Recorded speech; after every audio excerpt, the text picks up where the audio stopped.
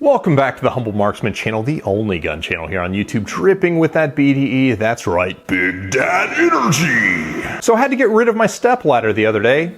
It kept acting like it was my real ladder. Just a career tip for you guys, always have cheesy jokes ready to go in business meetings. They are perfect. I'm David and this is the Cosaint Arms COS21. And yes, it's spelled Cosaint, but you can see right on the website, it's pronounced Cosaint. It's a Gaelic word and cause you know you guys, I speak Gaelic, right? You knew that? Last May or whatever, I was at a USPSA match. Cosaint was one of the match sponsors. I talked to Greg, their founder. He has kind of an interesting history in manufacturing. He worked for a knife company. He worked for STI back in the day when they were just making the competition guns. And he kind of struck out on his own in North Carolina with Cosaint Arms. Originally, he was building single stack guns in the COS11, but that's got like a ton of features. And more recently, he's picked up the COS21 line, which is the double stack. And kind of the whole theme of these guns is you can really kind of make these guns your own. They're like semi-custom guns. You can pick the Cerakote finish that goes on the things. There's a bunch of different accessories, like if you want a threaded barrel, those are available.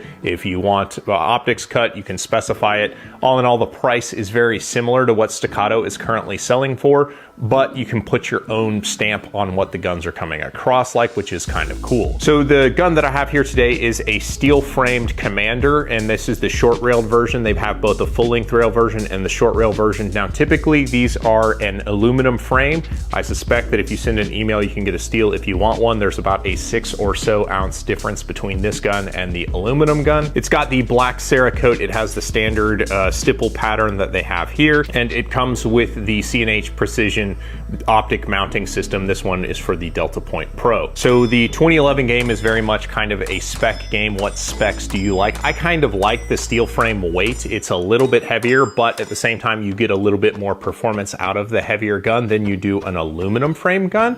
But a lot of people don't agree with me on that. They'd rather have the 27 ounce gun that is faster out of the holster and easier to carry around and live with all day. This is very much a double stack that harkens back to the original 2011 design. Now, part of the magic, people don't realize this, but part of the magic and why 2011s are so nice to shoot is due to the fact they have a polymer grip. In the competition circles in recent years, we've been putting aluminum and steel grips back on these guns.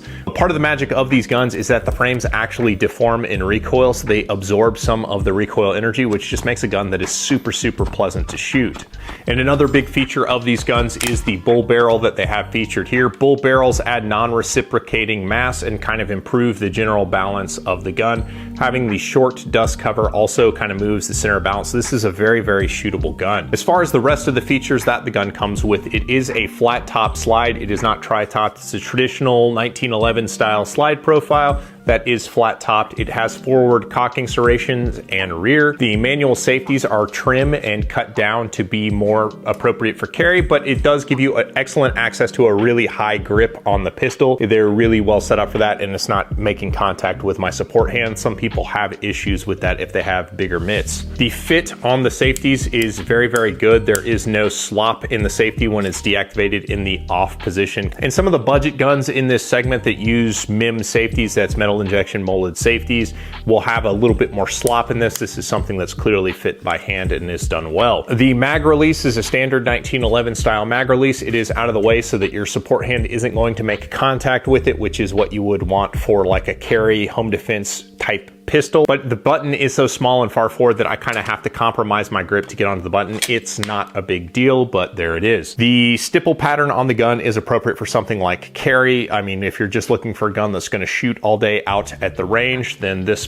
pattern maybe is not going to be as aggressive for what you want. But when you really put a good hard squeeze on the gun, it absolutely stays put. So the pattern is pretty usable in pretty much most situations. And one small detail that I kind of appreciate about this is because you do have to kind of change your grip a little bit, is the stippling stops underneath the trigger guard there. So when you do change your grip, the gun kind of slides around nicely for you. Now, the trigger setup on this gun is very good. There is what I'd call probably like a medium flat trigger face that has serrations. I really like serrations on trigger faces, although I kind of prefer short curved triggers, but this is a medium straight trigger.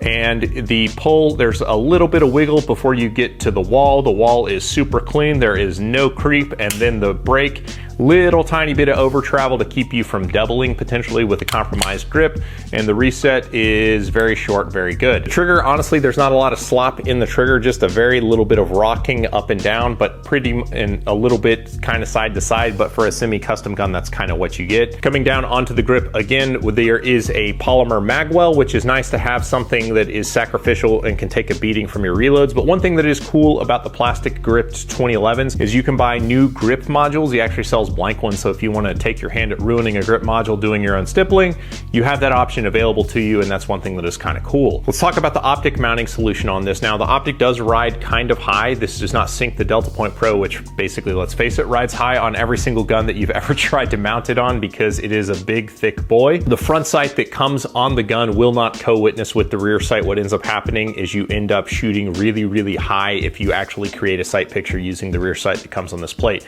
So if you wanted a Delta Point Pro, you would have to swap the front sight. The front sight is a fiber optic sight. It has a green fiber optic pipe, which is nice because not having two red dots bouncing around the side is just a less cluttered sort of sight picture. But the C&H cut is done very well. There is a cross pattern on the slide that has kind of a male-female connection with the plate. The C&H plate has little steel posts that go up into the Optic body that the screws come down into, and they do give you the screws with the plate system that mount the Optic. And the Optic, it basically is like a press fit system. I was really impressed with how tightly this plate holds the Optic, so I feel really good about how this Optic is mounted onto the gun. The pistol is going to come in a Plano case. I mean, it's basically, you know, a click north of like a Glock tier case. Has two latches, but, and this is a way that is different from the staccato type magazines, it comes with MBX magazines. MBX magazines, in my opinion, are the best magazines going in the 2011 segment. And one thing about 2011s is they're all built to different specs. So obviously this grip module and mag release is set up for the MBX style magazines.